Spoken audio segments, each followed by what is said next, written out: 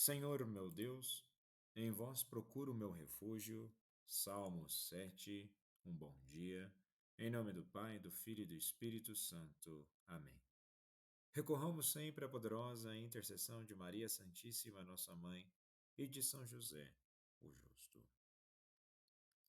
E a nossa caminhada quaresmal deveria ser igual ao versículo 1 do Salmo de hoje. Vinde salvar-me do inimigo, libertai-me. A nossa caminhada deve ser uma caminhada de salvação, de libertação, para que de fato encontremos a vida em abundância, que é Jesus Cristo. E esse encontro se faz no dia a dia, mediante as nossas experiências de vida, as quais devem estar preenchidas de Deus. Na primeira leitura de hoje, do livro do profeta Jeremias, capítulo 11, dos versículos 18 ao 20, temos as confissões de Jeremias, que são textos onde o profeta expressa seus sentimentos mais profundos diante da missão dolorosa que recebeu de Deus. Pelo contexto histórico, é um período muito turbulento da história de Israel, especialmente em Judá, onde ele foi chamado para anunciar a destruição que viria como castigo pelos pecados do povo e a infidelidade à aliança. Se nós colocarmos no comparativo de hoje a destruição da vida ou a destruição da própria salvação, se dá mediante os acontecimentos da própria história, se dá mediante o distanciamento do ser humano de Deus, onde a humanidade persiste em um caminho ao qual não leva a verdadeira vida e muito menos a esperança. E vejamos que na leitura de hoje são momentos de desabafo de Jeremias, oração e confiança em Deus, mesmo diante da perseguição. E no versículo 18 ele diz assim: O Senhor revelou-me e eu entendi. Ele me fez ver as suas manobras. Ou seja, ele reconhece que não sabia por si as armadilhas que tramavam contra ele, mas foi Deus quem lhe revelou os planos ocultos. Isso mostra sua profunda comunhão com o Senhor, que não o abandona. E vejamos que possamos pedir sabedoria e discernimento no nosso dia a dia, para que Deus efetivamente possa nos revelar e com isso vivenciarmos de forma mais justa, de forma mais santa a nossa caminhada. E no versículo 19 ele diz assim: Eu era como manso cordeiro levado ao sacrifício. E essa imagem é fortíssima e prefigura claramente Cristo, o Cordeiro de Deus que tira o pecado do mundo, conforme em João capítulo 1, do versículo 29. E Jeremias se vê como alguém inocente, indefeso, entregue à morte por causa de sua fidelidade. Ele desconhecia a conspiração, o que acentua a covardia de seus inimigos.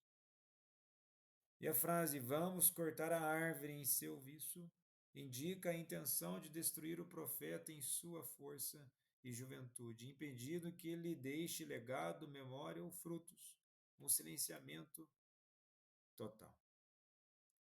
E temos aqui, como já mencionei, uma ligação com Cristo na dimensão messiânica. Jeremias é a figura do servo sofredor de Isaías e de Jesus, pois também foi rejeitado, perseguido e ameaçado de morte por sua missão profética. A imagem do cordeiro levado ao matadouro, como já mencionado. E Jeremias, como Jesus, não revida, mas confia sua causa ao Pai. E com isso, podemos refletir nessa leitura de hoje que a fidelidade a Deus não nos livra do sofrimento, mas nos dá força para suportá-lo.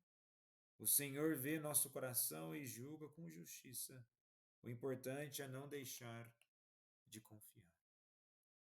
E podemos fazer algumas perguntas. Você já passou por alguma situação de injustiça por fazer o bem? Já sentiu vontade de desistir da missão por causa das dificuldades? Assim como Jeremias entregue sua vida nas mãos de Deus. Ele vê, ele sabe, ele julga com justiça.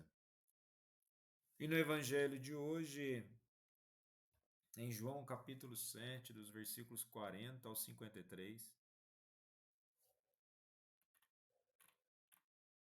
temos no contexto onde o capítulo 7 narra a ida de Jesus a Jerusalém para a festa das tendas ou dos tabernáculos. Era uma festa em que os judeus recordavam o tempo em que seus antepassados viveram no deserto e também celebravam a colheita. E Jesus ensina publicamente no templo, e seu discurso causa divisão entre o povo, os guardas e os líderes religiosos. O povo reconhece que Jesus tem algo especial. Eles afirmam: Este é verdadeiramente o profeta, ele é o Messias.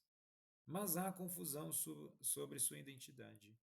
O profeta poderia se referir à figura anunciada em Deuteronômio 18, versículo 15, que viria como novo Moisés. Outros dizem que é o Messias Cristo. Isso revela busca sincera, mas também expectativas humanas limitadas. E começam os questionamentos nos versículos 41 e 42. Porventura o Messias virá da Galileia? Há uma objeção baseada no local de origem, segundo as Escrituras, em Miqueias 5, versículo 1. O Messias deveria vir de Belém, como descendente de Davi.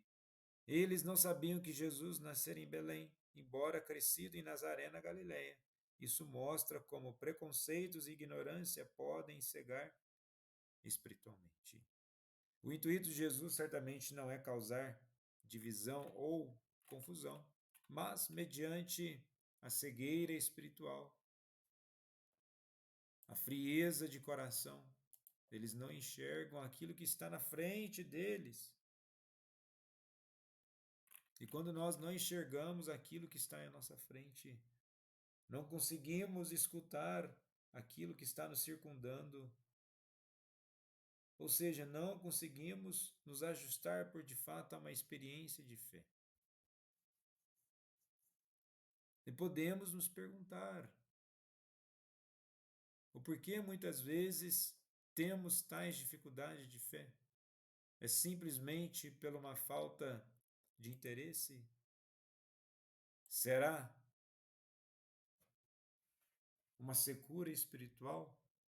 Mas podemos também nos perguntar como nós estamos nos alimentando para que, quando de fato tenhamos que olhar para Jesus, possamos reconhecer Ele em nossas vidas e que nossas vidas estejam nele.